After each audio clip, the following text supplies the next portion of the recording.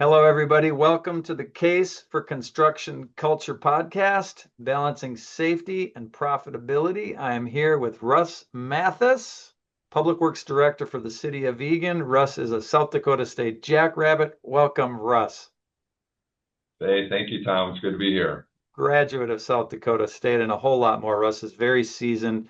He's been involved with the APWA at a high level and just a real contributor and a real solid public works director. I've been getting to know Russ the last several months and really love the city of Eagan. My mom grew up just on Pilot Knob Road, so I've Great. hung around there here in Minnesota. And we're going to talk about safety and culture. And I want to start off, Russ, by just asking, what are you excited about in your role as Public Works Director of a significant suburb here in Minnesota? What gets you excited? What gets you motivated?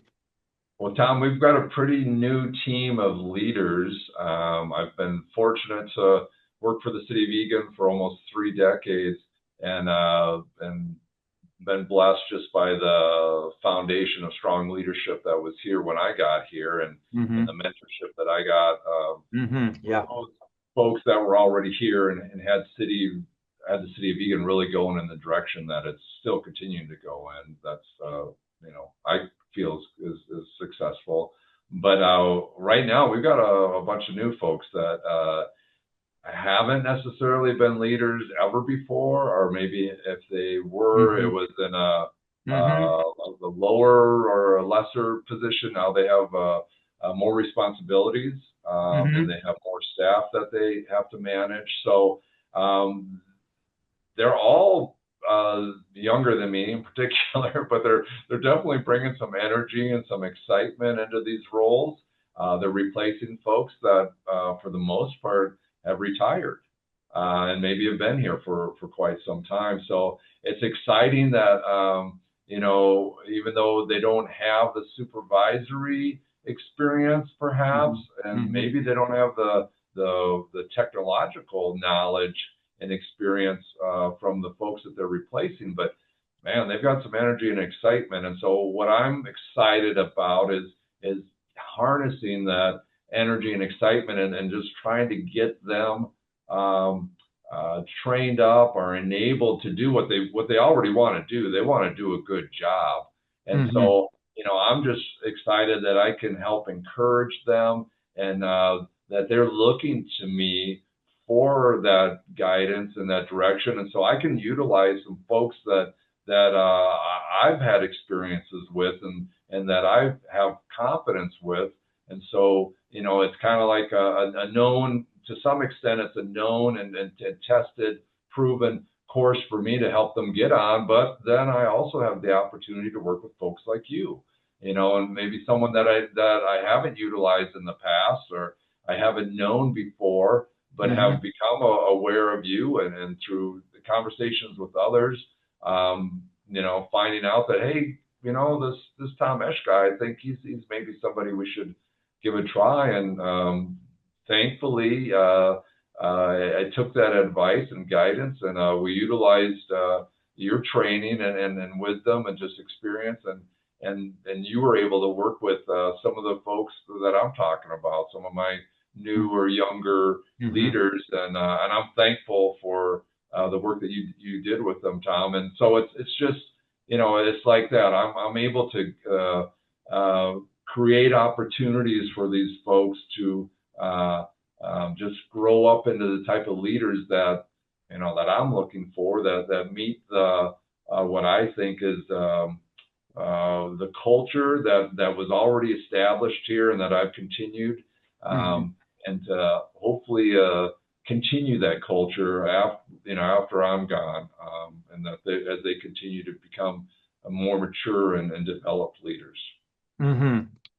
What a great story, Russ, and thank you for the acknowledgement. It's been a privilege to get to know a few of your people. I think you guys have a bright future there, and you stand on the shoulders of some powerful people. I know some stories about Hedges and some others that have been there.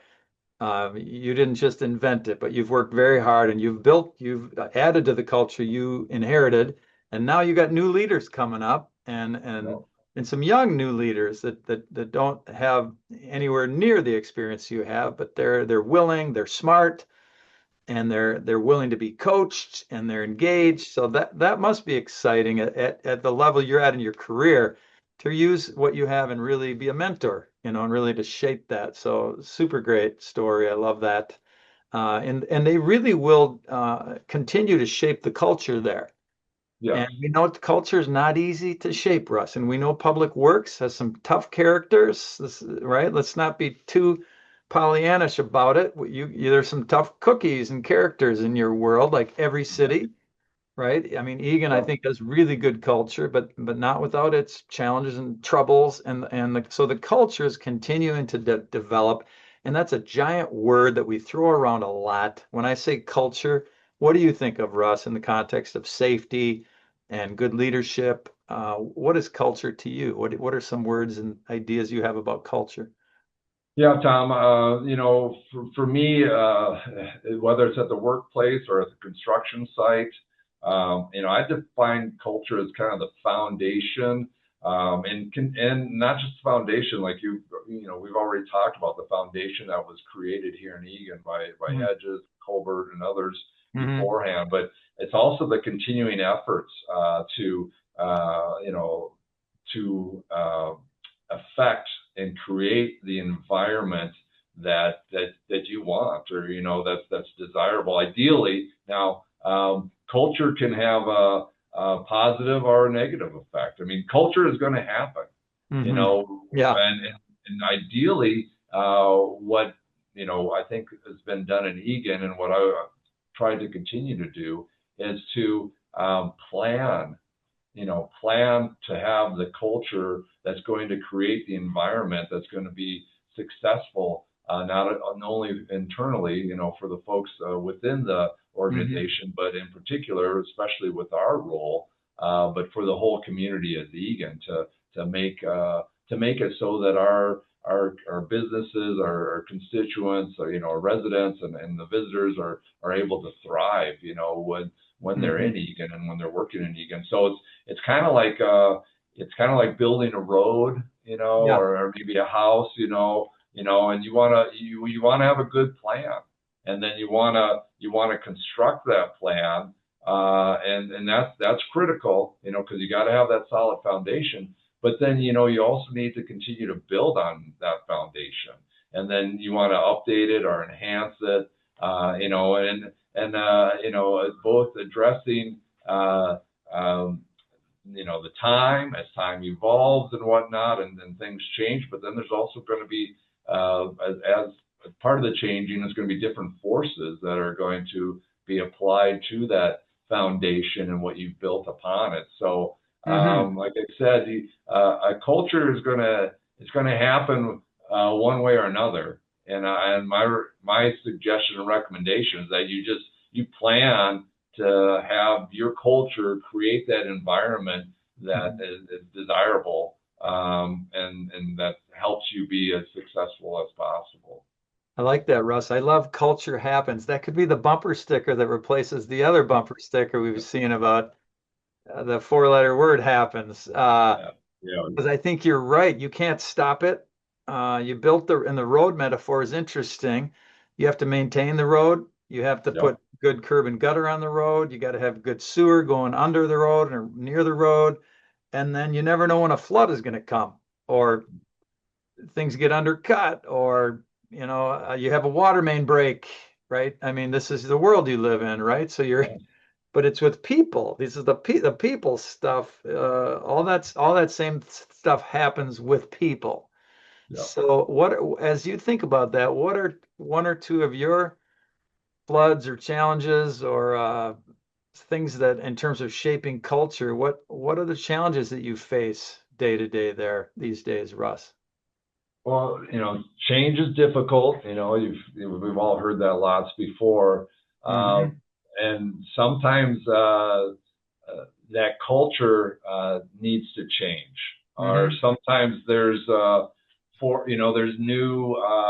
new players that come, and they're coming from a different culture, and Hmm. so they're coming forth, and they've got their experiences, and that's how they've always done things, and that's how they think things need to continue to happen. So You know, and the culture in Egan isn't necessarily perfect. I'm not going to claim that. It's pretty Hmm. darn good. And Hmm.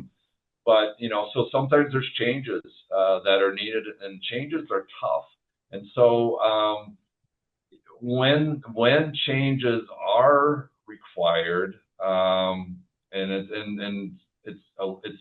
easier. It's not easy. Not none of the changes making changes is going to be easy, but it's Hmm. easier when it's in your own department than Hmm. when you've got folks outside of your department that are having influences on the culture.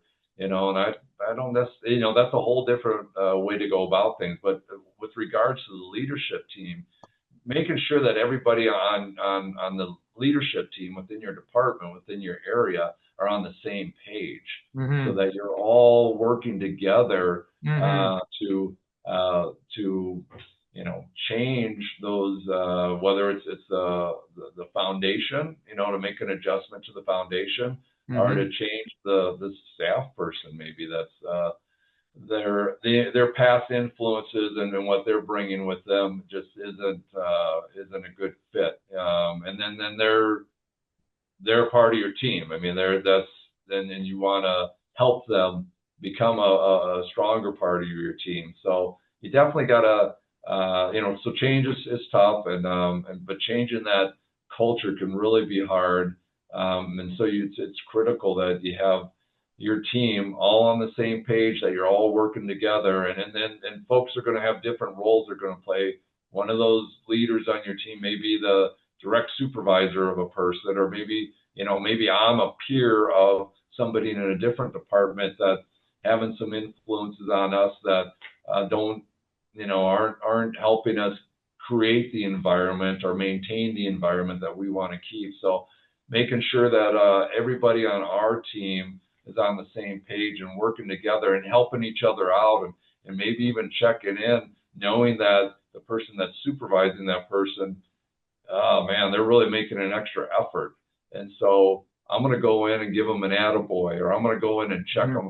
check on them, you know, or I'm going to go help them out, you know, because I got staff that I supervise that's working with that person, and maybe they can kind of help, you know, they're really, you know, positive person that's got a positive influence, you Hmm. know, so just kind of as long as that leadership team is all on the same page, we can work together in a lot of different ways to help protect our culture, enhance our culture, and keep having that environment that we really want.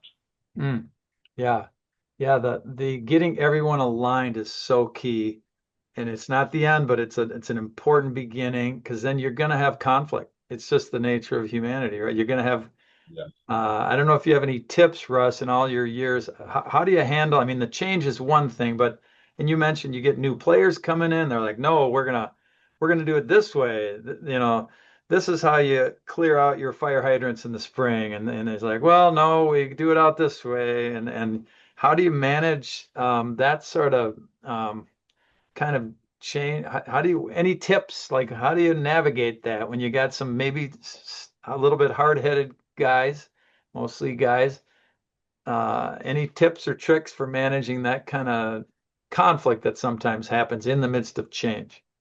Well, I mean, and this isn't anything that I came up with, and nothing new. It's probably thousands of years old. But you know, we've got two ears and one mouth, and so you know, listen first and speak later, and maybe don't even speak at all.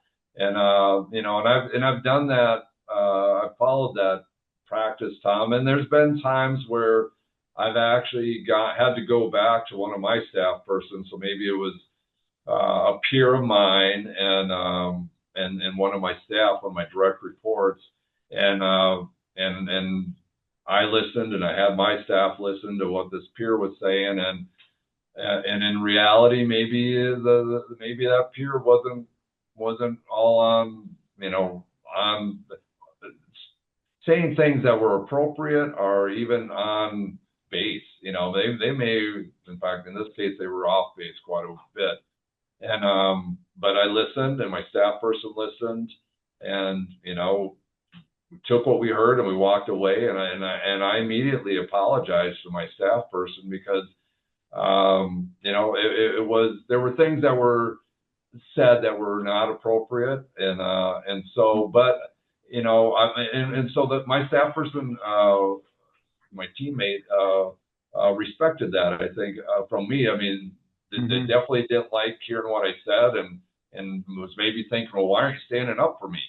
And so, Mm-hmm. I think I felt bad about not standing up necessarily, but again, I wanted to listen. And I didn't want to react emotionally. I Mm-hmm. wanted to be able to think and even find more facts. I'm an engineer by training and by lots of Mm-hmm. experience, and so it's I've gotten in trouble too often, and I should follow this at home too. I don't necessarily follow these rules at home, but Mm-hmm. some it's never helpful, I don't think, when we speak out emotionally. It's Yeah. especially in the workplace. Yep. It's a way for us to think analytically or take some time, Yep. and count to ten, too. Count But to 10, breathe. These are known but wise things. The listen more than you speak. What I really like that you said, and I don't hear much about what you said, maybe not speak at all. That is a beautiful piece of wisdom, Russ. And I don't even say that enough in my training and coaching, but that's something that's super important in the right moment. Because a lot of the time you do have to say something. yep, You are kind of a mediator or you're listening to people. You do much of the time, I think you listen a lot, but then you need to say something. But there are times, I think you nailed it, when you don't speak at all. You just listen, you do your best to empathize without taking their side or one person's side. You listen objectively. And I think it's also important to say to them, I hear you. This is what I hear.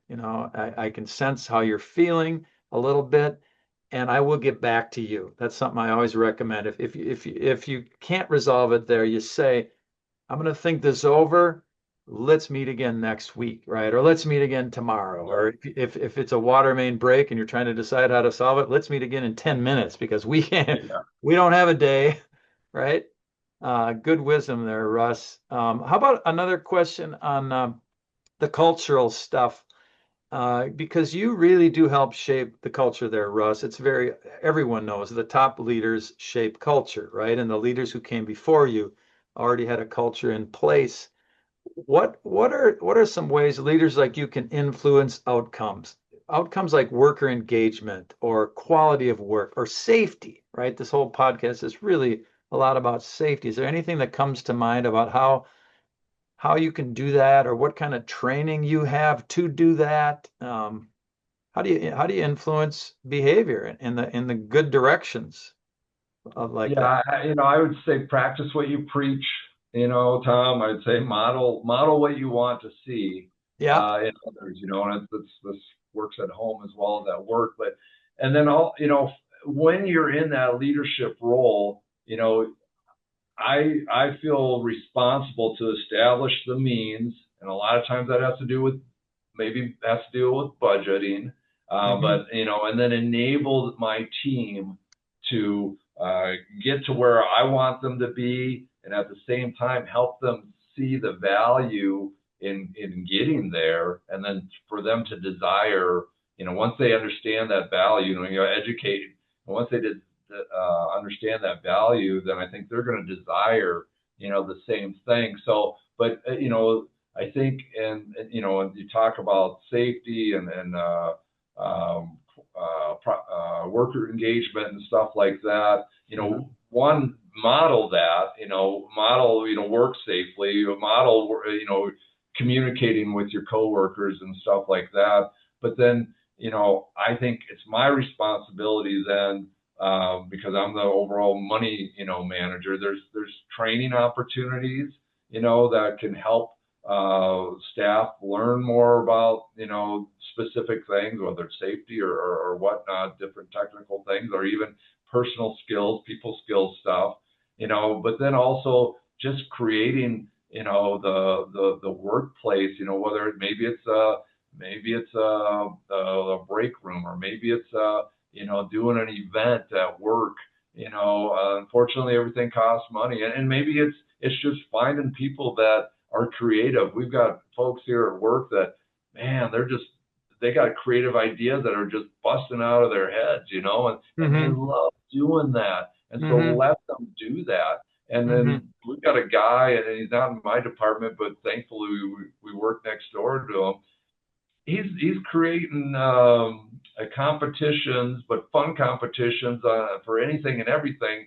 And he's going and buying trophies. Like there's Super Bowl competition, and he buys a little Super Bowl trophy, and then the winner gets that. There's Oh, I love it.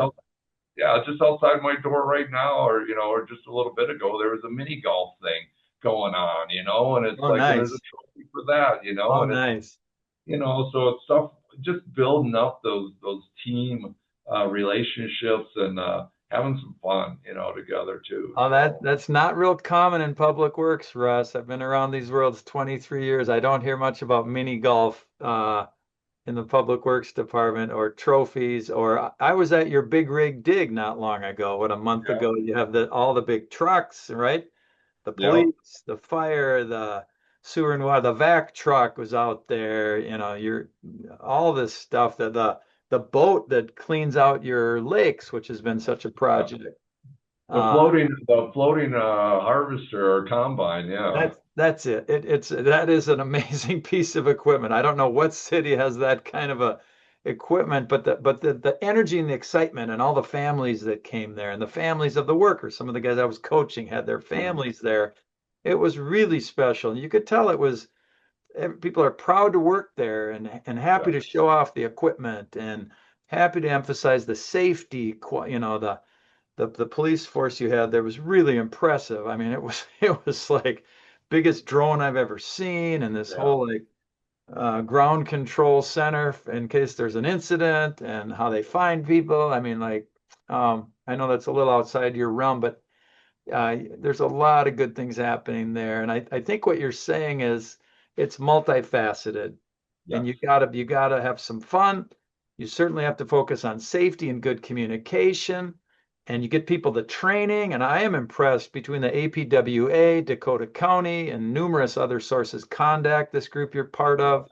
There's lots of, and you guys have your own what monthly meetings and quarterly meetings, doing some of your own training, bringing in some outside people. You just have a lot going on, Russ. A lot of good stuff. So one last thing, a Yes. story, Russ. Do you have one story of either something you tried that was a flop or something you tried, a culture change, sort of impacting culture? And you and I both know changing anything is hard, but changing a culture or even a process or a protocol can be very, and getting the buy-in and like I said, sort of persuading people it's in their self-interest. Do you have any story like that you could share with our viewers here? Sure, Tom. And this might get a little long, so you tell me to cut off when you That's want. fine. Go ahead. But so as I indicated, I've been here almost 3 decades. Yep. Back more than 10 years ago, but maybe about a dozen years ago. Um, Throughout that 3 decades, we've utilized for public works, we've utilized GIS, a Yeah. Geographic Information System. It's Yeah. smart maps. I mean, I think most people in public works know what GIS is, but it's we've got all our manholes, all our pipes, all our roads are Yeah. digitized, and we have data on them on what material is, when it was constructed, when it was repaired, touched, whatnot. Yeah. It's computer aided drafting, it's on Yeah. the maps and Ge smart maps, all that stuff. Geographic Information Systems, right, Yeah, Russ? GIS. So, People don't know. Yeah. and so that's a big part of what we do, and we've got we've got the best GIS staff that you'll find in any other city, and um, but it was public works. I mean, for 30 years, it's been public works that's been utilizing GIS, and I could just see that there was value, and others did too. That there was value, that there'd be value for others to utilize the tool that GIS could be. It'd be different than how public works utilizes it, but Hmm. so I got together with the person that was in charge of GIS, and we got a study completed that evaluated how GIS could be incorporated and utilized by the city as a whole for all the different departments. Mm-hmm. Um, and then we presented it, to all the leadership team. I was, the director at that time, and I Mm-hmm. presented it to all my peers and city administrator and stuff. And man, it just, I got a lot of head nods and stuff like that. But the years went by, and Public Works was implementing the recommendations from the study for Public Works, Mm-hmm. but nobody else was implementing those changes or recommendations. Mm-hmm.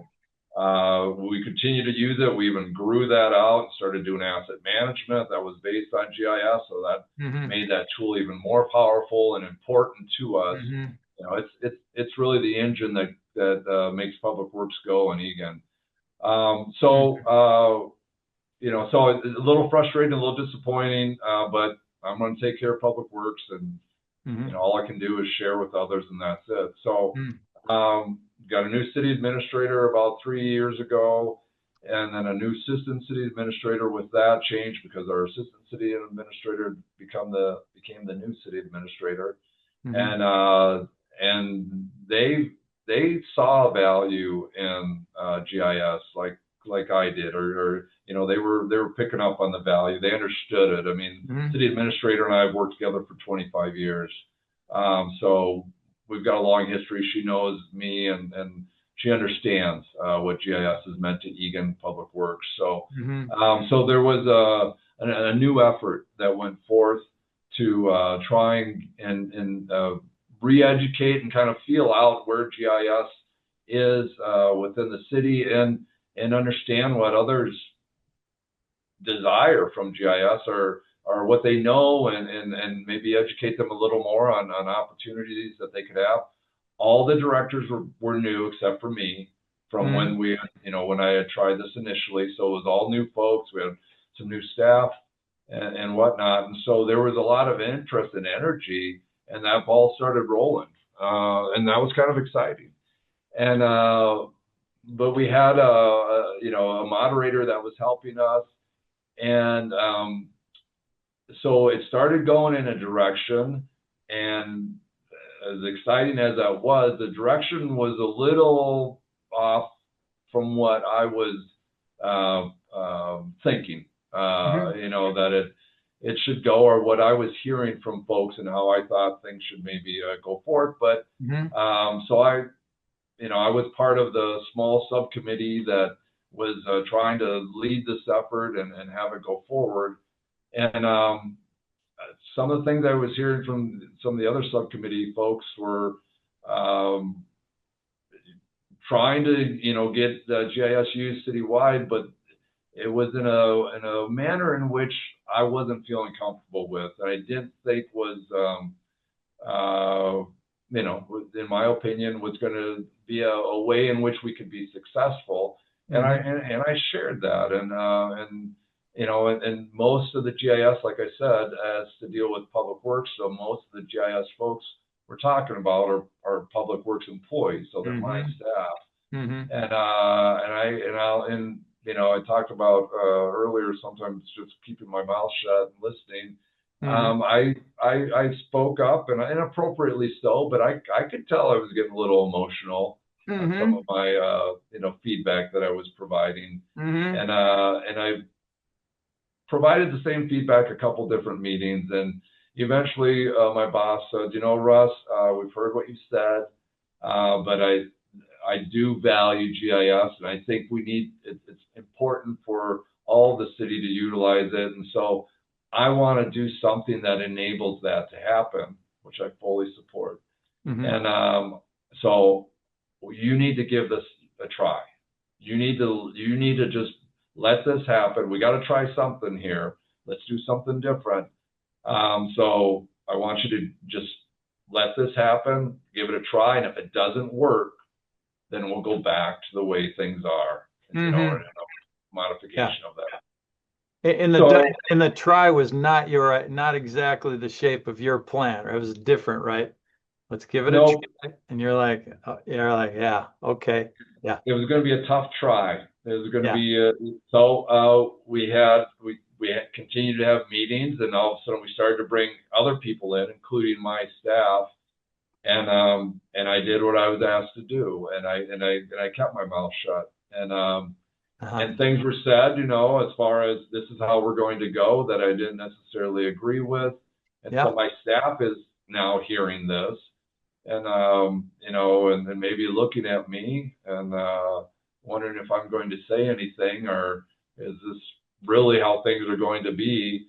Um, and I just continued to not say anything, and I, by all accounts, I think folks assumed that I consented because I was part of the group. We continued to proceed in that manner. Now, I did do this. I did tell my staff and the GIS administrative folks who aren't my staff, but who I've worked with for decades.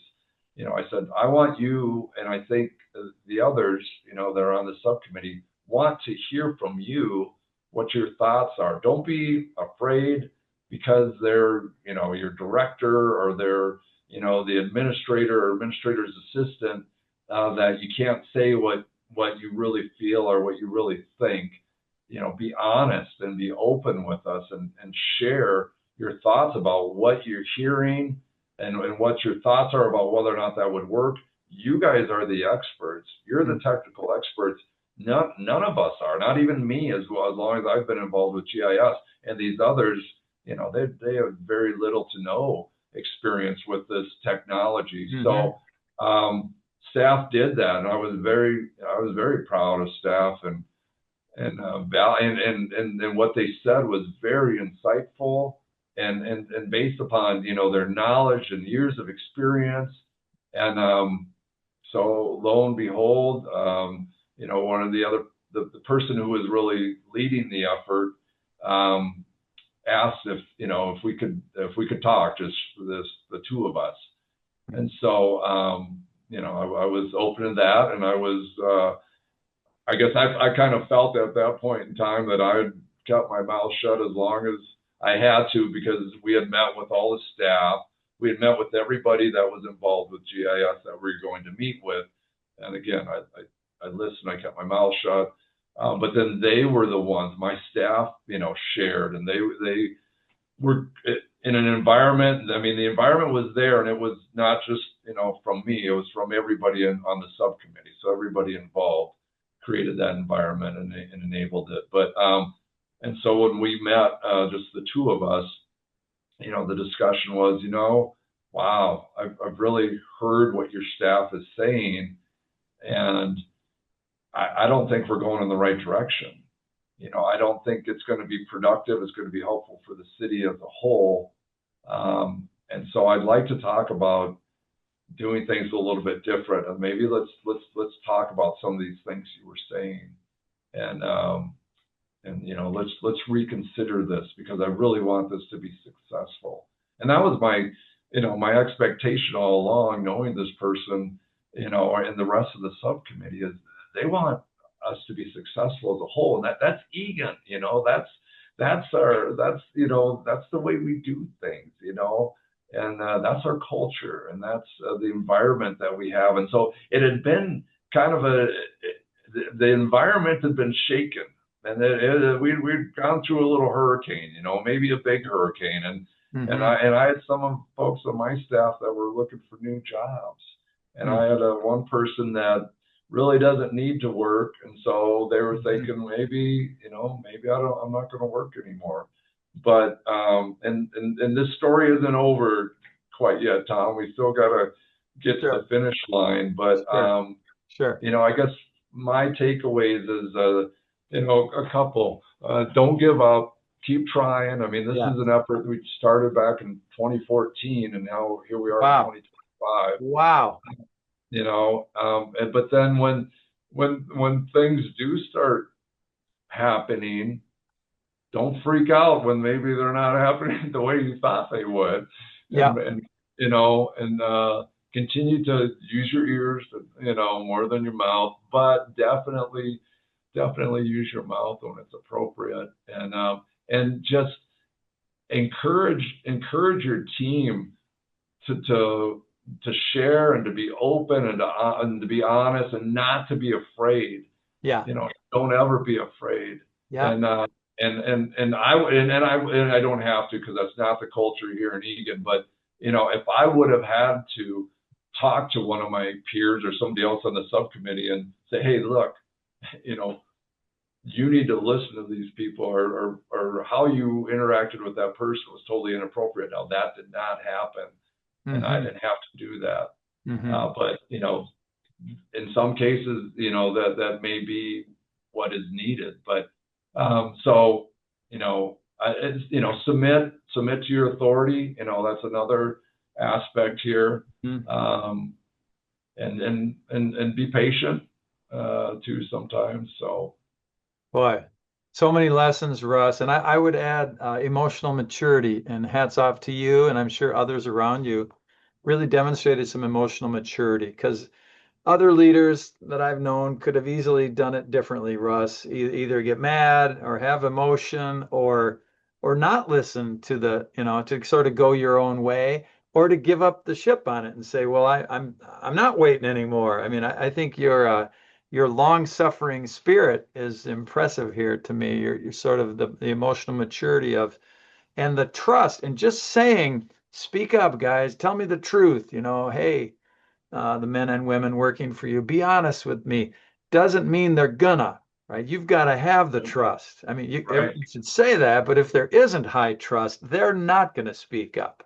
But it sounds like you had enough trust, and that's a whole nother project. But this was an 11-year project, and it's still going on. And in my world, we say culture change can take 3 to 5 years. In this story, it looks like an 11 or 12-year project, and it sometimes takes that long, but it requires some real leadership and maturity. So kudos to you. It sounds like good things are coming of it, and are going to keep coming of it, and hopefully it will fully resolve Yeah. in the right time. But I'm not sure I'd have your patience, Russ. Patience is not my strong suit. So I take my hat off to you. Any final comment from you, Russ? I love that story. Thank you for sharing it. Any other things you want to add here at the very end?